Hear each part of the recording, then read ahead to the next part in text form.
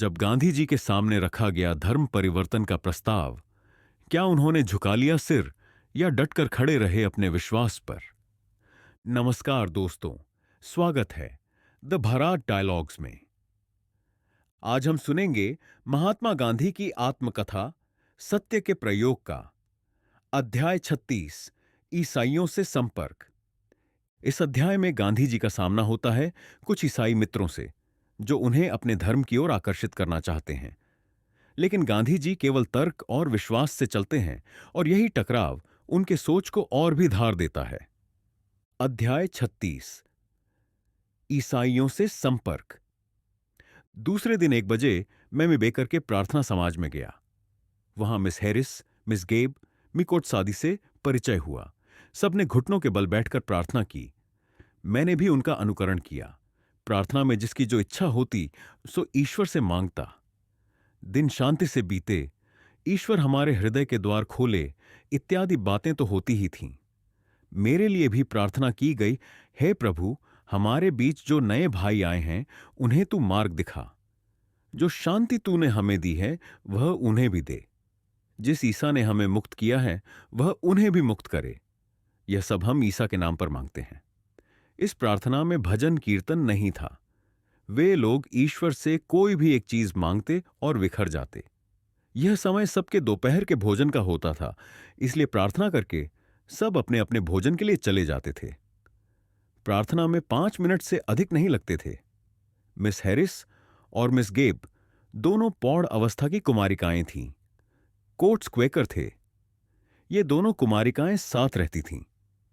उन्होंने मुझे हर रविवार को 4 बजे की चाय के लिए अपने घर आने का निमंत्रण दिया। आमी कोट्स जब मिलते तो मुझे हर रविवार को उन्हें हफ्ते भर की अपनी धार्मिक डायरी सुनाती पड़ती। कौन कौन सी पुस्तकें मैंने पढ़ीं, मेरे मन पर उनका क्या प्रभाव पड़ा, इसकी चर्चा होती। वे दोनों बहनें अपने मीठे अनुभव सुनाती और अपने को प्राप्त हुई परम शांति की बातें करती। मीटर कोट्स एक साफ दिल वाले चुस्त नवजवान क्वेकर थे। उनके साथ मेरा गाढ़ संबंध हो गया था। हम बहुत बार एक साथ घूमने भी जाया करते थे। वे मुझे दूसरे ईसाइयों के घर भी ले जाते थे। मीटर कोट्स ने मुझे पुस्तकों से लाद दिया। जैसे जैसे वे मुझे पहचानते जाते, वैसे वैसे उन्हें अच्छी लगने वाली पुस्तकें वे मुझे पढ़ने को देते रहते। मैंने भी केवल श्रद्धावश ही उन पुस्तकों को पढ़ना स्वीकार किया। इन पुस्तकों की हम आपस में चर्चा भी किया करते थे। सन 1993 के वर्ष में मैंने ऐसी पुस्तकें बहुत पढ़ीं। उन सबके नाम तो मुझे याद नहीं है, लेकिन उनमें सिटी टेम्पल वाले डॉ, पार्कर की टीका, पियर्सन की मैनी इनफॉलिबल प्रूफ्स, बटलर की एनोलॉजी इत्यादि पुस्तकें थीं। इनमें का कुछ भाग तो समझ में न आता, कुछ रुचता और कुछ न रुचता। मैमी कोट्स को ये सारी बातें सुनाता रहता। भैनी इनफॉलिबल प्रूफ्स का अर्थ है कई अचूक प्रमाण, अर्थात लेखक की राय में बाइबल में जिस धर्म का वर्णन है उसके समर्थन के प्रमाण। मुझ पर इस पुस्तक का कोई प्रभाव नहीं पड़ा। पार्कर की टीका नीतिवर्धक मानी जा सकती है, पर ईसाई धर्म की प्रचलित मान्यताओं के विषय में शंका रखने वाले को उससे कोई मदद नहीं मिल सकती थी। बटलर की एनोलॉजी बहुत गंभीर और कठिन पुस्तक प्रतीत हुई।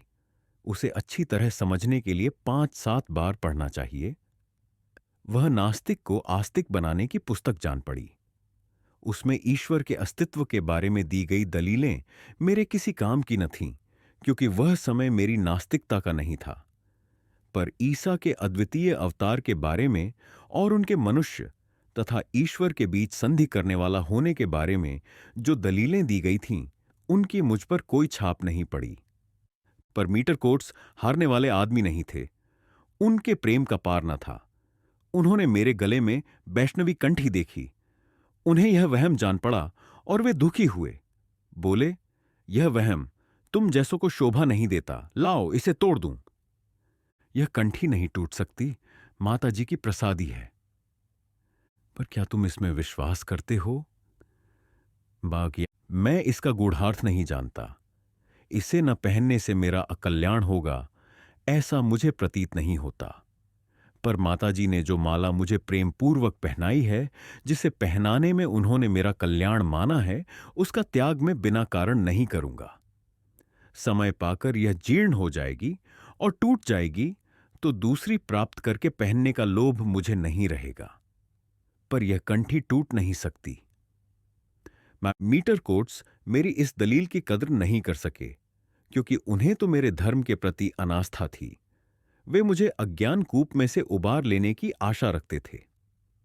वे मुझे यह बताना चाहते थे कि दूसरे धर्मों में भले ही कुछ सत्य हो, पर पूर्ण सत्य रूप ईसाई धर्म को स्वीकार किए बिना मोक्ष मिल ही नहीं सकता। ईसा की मध्यस्थता के बिना पाप धुल ही नहीं सकते और सारे पुण्य कर्म निरर्थक हो जाते हैं। मीडाला कोट्स ने जिस प्रकार मुझे पुस्तकों का परिचय कराया, उसी प्रकार जिन्हें वे धर्म प्राण ईसाई मानते थे, उनसे भी मेरा परिचय कराया। इन परिचयों में एक परिचय प्लीमथ ब्रदर्न से संबंधित एक कुटुंब का था। प्लीमथ ब्रदर्न नाम का एक ईसाई संप्रदाय है। कोट्स के कराए हुए बहुत से परिचय मुझे अच्छे लगे। वे लोग मुझे ईश्वर से डरने वाले जान पड़े। पर इस कुटुंब में एक भाई ने मुझसे दलील की, आप हमारे धर्म की खूबी नहीं समझ सकते। आपकी बातों से हम देखते हैं कि आपको क्षण क्षण में अपनी भूलों का विचार करना होता है, उन्हें सदा सुधारना होता है। न सुधारने पर आपको पश्चाताप करना पड़ता है, प्रायश्चित करना होता है। इस क्रियाकांड से आपको मुक्ति कब मिल सकती है? शांति तो आपको मिल ही नहीं सकती। आप यह तो स्वीकार करते ही हैं कि हम पापी हैं। अब हमारे विश्वास की परिपूर्णता देखिए। हमारा प्रयत्न व्यर्थ है। फिर भी मुक्ति की आवश्यकता तो है ही। पाप का बोझ कैसे उठे? हम उसे ईसा पर डाल दें। वह ईश्वर का एकमात्र निष्पाप पुत्र है। उसका वरदान है कि जो ईश्वर को मानते हैं उनके पाप धो देता है। ईश्वर की यह अगाध उदारता है। ईसा की इस मुक्ति योजना को हमने स्वीकार किया है, इसलिए हमारे पाप हमसे चिपटते नहीं। पाप तो मनुष्य से होते ही हैं।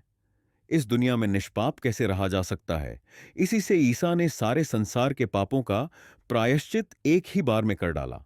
जो उनके महाबलिदान का स्वीकार करना चाहते हैं, वे वैसा करके शांति प्राप्त कर सकते हैं। कहां आपकी अशांति और कहां हमारी शांति? यह दलील मेरे गले बिल्कुल न उतरी। मैंने नम्रतापूर्वक उत्तर दिया, यदि सर्वमान्य ईसाई धर्म यही है तो वह मेरे काम का नहीं है। मैं पाप के परिणाम से मुक्ति नहीं चाहता। मैं तो पाप वृत्ति से, पाप कर्म से मुक्ति चाहता हूं। जब तक वह मुक्ति नहीं मिलती, तब तक अपनी यह अशांति मुझे प्रिय रहेगी। प्लीमथ ब्रदर ने उत्तर दिया, मैं आपको विश्वास दिलाता हूं कि आपका प्रयत्न व्यर्थ है। मेरी बात पर आप फिर सोचिएगा। और इन भाई ने जैसा कहा वैसा अपने व्यवहार द्वारा करके भी दिखा दिया, जानबूझकर अनीति कर दिखाई। पर सब ईसाइयों की ऐसी मान्यता नहीं होती, यह तो मैं इन परिचयों से पहले ही जान चुका था। माइंड कोट्स स्वयं ही पाप से डरकर चलने वाले थे। उनका हृदय निर्मल था। वे हृदय शुद्धि की शक्यता में विश्वास रखते थे। उक्त बहनें भी वैसी ही थीं। मेरे हाथ पढ़ने वाली पुस्तकों में से कई भक्तिपूर्ण थीं और उन्हें विश्वास दिलाया कि एक प्लीमथ ब्रदर की अनुचित धारणा के कारण मैं ईसाई धर्म के बारे में गलत राय नहीं बना सकता। मेरी कठिनाइयां तो बाइबल के बारे में और उसके रूद अर्थ के बारे में थी। तो दोस्तों, ये था गांधी जी का पहला अनुभव, जब उनके सामने किसी और धर्म को अपनाने का प्रस्ताव आया। लेकिन गांधी जी डगमगाए नहीं। उन्होंने सवाल पूछे, तर्क किए और अपने विश्वास पर अडिग रहे। यही था उनका असली प्रयोग, सत्य की खोज अपने भीतर। अगर आपको ये अध्याय अच्छा लगा हो तो वीडियो को लाइक करें, कमेंट में बताएं। क्या आपने कभी अपने विश्वास को किसी चुनौती के सामने मजबूती से थामा है?